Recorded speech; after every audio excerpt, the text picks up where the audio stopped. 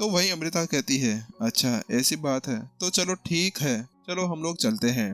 उसके साथ में वो दोनों वहां से पलटते हैं और वहां से जाना शुरू कर ही रहे थे कि अचानक से जुनैद और जिनैद वहां पर अंदर चले जाते हैं और कहते हैं, सीनियर अमृता आप कहाँ जा रही हैं, 1 मिनट रुकिए। तो उसके साथ में यहाँ पर अमृता पूछती है, क्या हुआ, आखिरकार अब तुम्हें क्या काम आ गया। तो उसके साथ में ही यहाँ पर जुनैद कहता है, बात कुछ ऐसी है कि आपने यहाँ पर लो प्रोफाइल की तलवारबाजी के बारे में देखा होगा तो होगा ना, मुझे लगता है कि आपने उसकी प्रैक्टिस भी की होगी, लेकिन हम यहाँ पर उसके अंदर से कुछ चीजें सीख नहीं पा रहे हैं। हमें आपकी मदद चाहिए कि क्या आप हमारी वहाँ पर मदद कर सकते हैं उस चीज को सीखने के लिए। तो वहीं दूसरी तरफ वो कहती है, लो प्रोफाइल की तलवारबाजी, वो बहुत ज्यादा जटिल तलवारबाजी है, बहुत ज्यादा खतरनाक भी है। हालांकि यहाँ पर मैंने दादा पवन के साथ में बैठकर बहुत सी चीजें देखी है और उसके साथ में उन्होंने मेरे को कुछ सिखाया भी है, तो शायद यहाँ पर मेरे को 1-2 स्टेप्स आते हैं, मैं तुम्हें यहाँ पर दिखा सकती हूँ। जैसे अमृता वह शब्द कहती है तो उसके साथ में जुनैद और जिनैद दोनों की आंखें यहाँ पर तन जाती है और उनकी आंखों के अंदर सितारे चमकने लगते हैं और वह यहाँ पर ऐसा करने लगते हैं, हाँ हाँ हाँ ठीक ठीक है, आप हमें यहाँ पर सिखा सकते हैं तो सिखाइए ना। उसके बाद वो अपनी तलवार को उठाती है और यहाँ पर बस नॉर्मल की अपनी तलवार को हिला देती है और कहती है, देखो बात कुछ ऐसी है कि यहाँ पर दादा पवन ने मेरे को ये सिखा तो दिया है, लेकिन फिर भी ये जो तलवारबाजी है बहुत ज्यादा जटिल किस्म की है और इसके अंदर जो उसके अटैक्स है ना वो नॉर्मल अटैक्स थे, लेकिन फिर भी उनके अंदर ऐसी पावर भरी हुई थी जिसके साथ में वो किसी के भी सर को यहाँ पर कलम कर दिया करते थे। लेकिन फिर भी मैंने इसको थोड़ा बहुत सीख तो लिया है, हालांकि यहाँ पर अब तक मेरे को इसका पूरा तरह से पता नहीं चला। अमृता अपने चेहरे को ऐसे ऐसे मरोड़ते हुए कह रही थी। उसके बाद वो कहती है, और इसके अलावा तुम्हें अगर वह मैं हूँ लो प्रोफाइल मिल जाए ना तो फिर तुम मुझे जरूर बताना, मैं तो यहाँ पर उससे शादी वादी करना चाहूंगी, वहां पर मैं उसके साथ में सब कुछ करूंगी। उसके साथ में अमृता तो बहुत ज्यादा सपने देखना शुरू कर देते हैं। ये सही में यहाँ के सारे बच्चे बहुत ज्यादा बिगड़ेल है भाई, इनसे दूर रहने में फायदा है। वहीं दूसरी तरफ विपिन अपनी जगह पर चुपचाप से जम चुका था। क्या शादी, वो भी इसके साथ में? विपिन की तो यहाँ पर हालत फलक के अंदर आ गई थी। आखिरकार उसको नहीं लगा था कि उसके साथ में ऐसा कुछ भी हो सकता है। अरे बहना, तू ये क्या कहना चाहती है? तू यहाँ पर मेरे से शादी करना चाहती है? ना ना बाबा ना, आखिरकार मेरे इतने ज्यादा बेकार दिन भी नहीं आए हैं। हाँ माना कि तुम बहुत ज्यादा खूबसूरत लड़की हो, इसके अलावा तुम्हारा फिगर भी अच्छा है, लेकिन तुम्हारा ये गुस्सा, नहीं नहीं, तुम्हारा गुस्से के आगे तुम्हें टिक ही नहीं सकता। तुम पता नहीं कब मेरे ऊपर बेलन में फेंक के मारो। आखिरकार खाना बनाते हुए कुछ बोल दिया तो उसके साथ में तुम तो मेरे वहाँ पर भरता बना दो कि नहीं नहीं, मुझे तुमसे शादी वादी नहीं करनी है। और इसके अलावा मैं तुम्हें पहले बता देता हूँ बहना कि यहाँ पर मेरी पहले से एक गर्लफ्रेंड है, तुमसे भी प्यारी, और मैं उससे शादी करने के लिए यहाँ पर कहीं भी जाने के लिए तैयार हूँ, तो तुमसे मैं क्यों शादी करने लगा? विपिन अपने मन ही के मन के अंदर ऐसे सवाल जवाब सुनते जा रहा था। इस जगह पर तो बेचारा यहाँ पर कुछ बोलना भी नहीं चाह रहा था और कुछ करना भी नहीं चाह रहा था। आखिरकार वो क्या ही करे, आखिरकार उसकी क्या ही गलती थी? वह ऐसी लड़की से तो ना शादी करने लगेगा जो यहाँ पर इतनी ज्यादा गुस्सेल रहती है, सभी की यहाँ पर उससे फटकर चाह जाती है। अगर वो ऐसी लड़की से शादी कर लिया तो उसके बाद में तो उसकी जिंदगी यहाँ पर ही बर्बाद हो जानी है। तो वही दूसरी तरफ क्या हुआ तुम्हें? तुम इस तरह के मुंह कैसे बना रहे हो जैसे कि यहाँ पर मैंने लो प्रोफाइल से नहीं तुमसे कह दिया हो कि मुझे तुमसे शादी वादी करनी है। और इसके अलावा वैसे भी इस बात के अंदर ये मुंह बनाने की क्या जरूरत आ गई थी? तो वही विपिन कहता है, अरे अरे नहीं नहीं, मैं यहाँ पर आपकी बात के ऊपर कोई भी मुंह नहीं बना रहा, मैं तो यहाँ पर कुछ और ही सोच रहा था, मुझे तो यहाँ पर कुछ और ही चीजों के बारे में पता करना था। हाँ चलो ठीक है, थोड़ी देर यहीं पर रहो, मैं यहाँ पर तुम्हारे सीनियर्स को कुछ सिखा लेती हूँ। तो उसके साथ में यहाँ पर फिर से अमृता पीछे पलटती है और उनको सिखाने लगती है। उसके बाद में पता नहीं वह तीनों ही तीनों है ना ऐसी ऐसी हरकतें कर रहे थे कि तब तलवार को मुंह में ले रहे थे तो कभी कहीं और लगा के उससे वार करने की कोशिश कर रहे थे। ये कुछ ऐसा था जैसे कि यहाँ पर सड़े हुए कद्दू के अंदर तलवार को गोपना। वहीं दूसरी तरफ विपिन को तो उनकी उस चीजों को हरकतों को देखने के बाद में उल्टी आने लगी थी। ऐसा लग रहा था कि आज जो कुछ भी उसने खाया था ना वह सभी यहाँ पर बाहर निकाल दिया जाएगा। हे भगवान, मुझे उठा ले, मेरी तलवार का यहाँ पर घोर अपमान हो रहा है। ये क्या हो रहा है मेरे साथ में? कम से कम यहाँ पर मेरे को कुछ तो बताए। ये लोग तो पता नहीं क्या क्या ही करने की कोशिश कर रहे हैं, मैंने इनका कुछ भी नहीं बिगाड़ा, लेकिन फिर भी ये लोग मेरी तलवारबाजी का सब कुछ बिगाड़ते जा रहे हैं। और इसके अलावा कौन सी हार्ड तलवारबाजी है? अरे उसके अंदर केवल नॉर्मल से अटैक्स है जिनको यहाँ पर मैंने तलवार सार के साथ में मिलाकर अटैक किया था। हालांकि यहाँ पर तुम लोग इसको पता नहीं क्या क्या करने के अंदर लगे हुए हो। विपिन बेचारा, विपिन तो यहाँ पर ऐसी इच्छा हो रही थी कि या तो तलवार ले इन तीनों के गले यहीं पर काट दे या फिर खुद यहाँ पर आत्महत्या कर दे। मुझे जल्द से जल्द यहाँ पर मरना होगा या फिर कब्र खोद कर जो यहाँ के संस्थापक थे उनकी आत्मा से बात करनी होगी और उनसे कहना होगा, हे संस्थापक गुरु, आखिरकार आपने इनको क्या सिखाया था या क्या खाकर बड़ा किया था, जिसके बाद में इन सभी की ऐसी बदचलन हरकतें हो गई है। इन लोगों को कुछ आता जाता नहीं है, बस आ जाते हैं तलवार उठाकर और नई नई टेक्निक्स को इजहार करने। मैंने यहाँ पर इन सभी टेक्निक्स को बड़ी मुश्किल से बनाया, लेकिन ये लोग यहाँ पर कुछ समझते नहीं है, कुछ ताजते नहीं है और उनको खराब करने के अंदर लगे हुए हैं।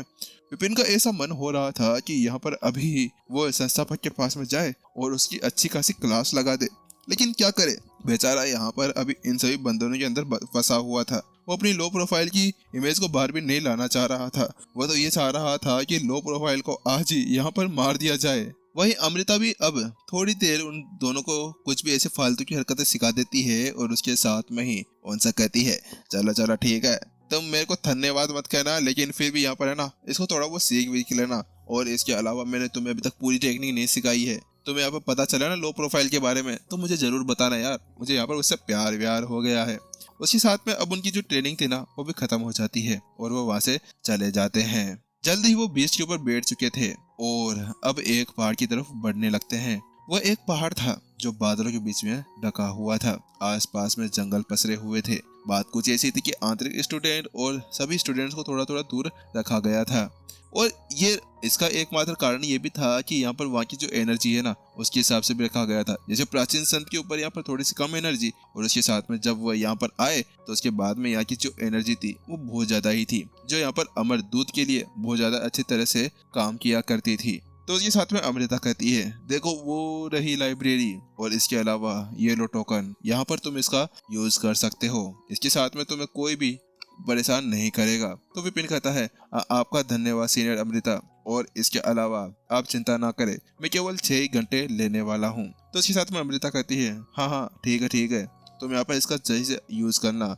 और तुम्हें जितनी किताबें पढ़नी है तुम उसको पढ़ सकते हो। तो उसके साथ में यहाँ पर अमृता विपिन को वहीं पर छोड़ती है और वहां से चले जाती है। बात कुछ ऐसी थी कि अमृता वहां पर रहना तो चाह रही थी, लेकिन अभी क्या ही करे, वो यहाँ पर है ना पड़ाकों के अंदर बहुत ज्यादा कमजोर थी। यानी कि ये था कि उसको ये सभी ऊबने वाली बातें लगा करती थी, इसी वजह से वो वहाँ पर नहीं रुकती है और वो वहाँ से चली जाती है। तो वहीं दूसरी तरफ विपिन भी सीधा लाइब्रेरी के सामने आ जाता है और उस टोकन को दिखाकर अंदर चला जाता है। जब वो टोकन को दिखाया था तो यहाँ पर आंतरिक स्टूडेंट की लाइब्रेरी के अलग ये जो मुख्य स्टूडेंट्स की लाइब्रेरी है, इसके अंदर 20 टोकन 1 घंटे के लगने वाले थे।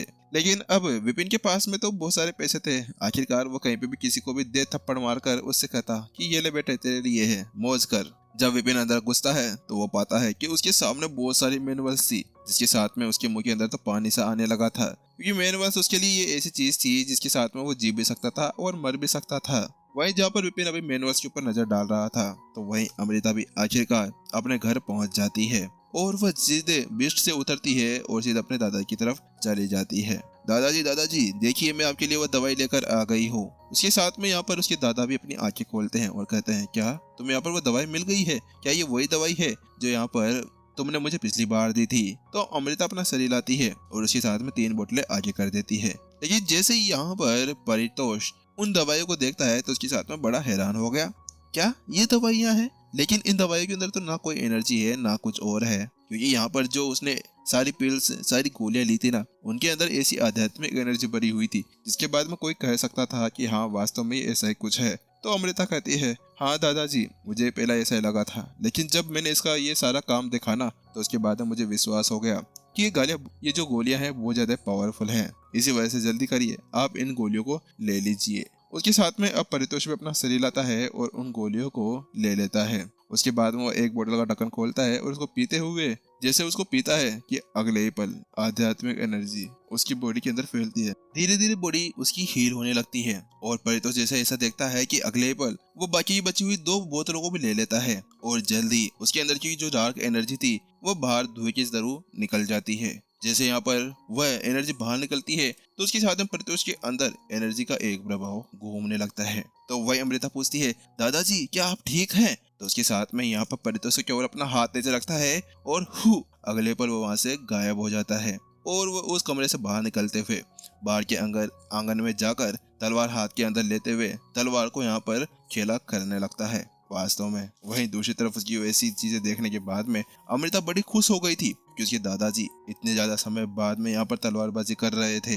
वही पवन भी खड़ा हुआ था और अपने मालिक को ऐसे तलवारबाजी करते हुए देखकर वास्तव में बड़ा खुश था, क्योंकि जिस हालत के अंदर वो थे ना, उसके साथ में उनको ऐसा लग रहा था कि वह अब केवल 2 ही दिन के मेहमान रहने वाले हैं। लेकिन उन्हें नहीं लगा था कि इसके साथ में वो बड़े आराम के साथ ठीक हो सकते थे। फिर परितोष अपनी जगह पे रुक जाता है और अमृता से कहता है, अमृता क्या तुम मुझे बताओगे आखिरकार वह कहाँ है जिसने यहाँ पर तुम्हें गोलियां दी है, क्योंकि यहाँ पर ये जो दवाई है ये मेरे बहुत ज्यादा काम की है और ये मेरा एक मसीहा है जिसने यहाँ पर मेरी जान बचाई। तो वहीं दूसरी तरफ अमृता कहती है, हाँ दादाजी, वह अभी यहाँ पर एक आंतरिक स्टूडेंट है और इसके अलावा वह अभी हमारी इसी मुख्य स्टूडेंट्स की लाइब्रेरी के अंदर किताबें पढ़ रहा है। तो वहीं दूसरी तरफ क्या किताबें पढ़ रहा है। तो उसके साथ में यहाँ पर अमृता जब ये देखती है कि उसके दादाजी को कुछ समझ में नहीं आया, तो उसके बाद में उसको बताती है और वो सारी कहानी बता देती है। क्या केवल यहाँ पर मेरी मदद करने के लिए और इस तरह की दवाई को देने के लिए केवल उसने लाइब्रेरी के अंदर बुक्स पढ़ना देखा? वास्तव में वो तो बहुत ज्यादा अच्छा लड़का है। आखिरकार इतने ज्यादा अच्छे लड़के मिलते कहाँ है। चलो चलो मुझे यहाँ पर लेकर चलो, मुझे उससे जल्दी से मिलना है। मुझे उससे मिलना है कि आखिरकार वो लड़का कैसा है, क्योंकि इस तरह की तलवार दवाई को देने के बाद में यहाँ पर तो मैं उसके एक बड़ा फैन हो गया हूँ। लेकिन जिससे पहले कि वो आगे जा पाता, वो कहता है, पवन इधर आओ। तो उसके साथ में यहाँ पर पवन दौड़ता हुआ आता है। हाँ हाँ मालिक, क्या हुआ? आखिरकार आपको मेरे से क्या मदद चाहिए? तो उसके साथ में वो कहता है, ठीक है, जल्द से यहाँ पर तुम ये एक गोली लो और उसके बाद में तुम अपना भेष बदल लो। तुम अपनी साधना को भी उसके बराबर दबा लेना और उसके बाद में तुम उसके साथ में लड़ो और उसकी सारी चीजों का पता लगाओ और यहाँ पर ये पता लगाओ कि आखिरकार उसके अंदर किस तरह की प्रतिभाएं छिपी हुई है।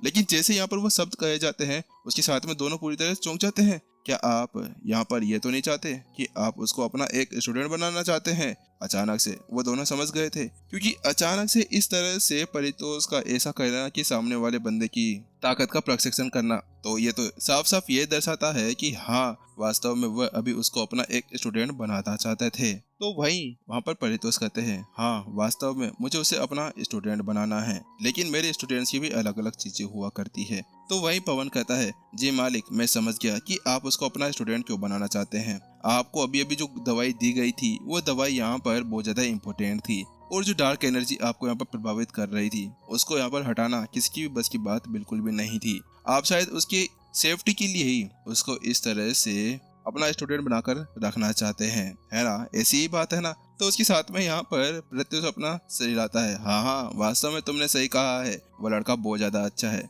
लेकिन फिर भी यहाँ पर मुझे ये देखना है कि उसकी प्रतिभा कैसी है। अगर वह मेरे स्टूडेंट बनने के लायक नहीं हुआ तो उसके बाद में मैं उसकी किसी और तरह से मदद कर दूंगा। हाँ, हालांकि यहाँ पर मेरा स्टूडेंट बन गया तो उसके बाद में उसके लिए बहुत ज्यादा अच्छा होगा। इसके अलावा यहाँ पर रही अमृता की बात, तो फिर वो उसका भी सीनियर बन जाएगा।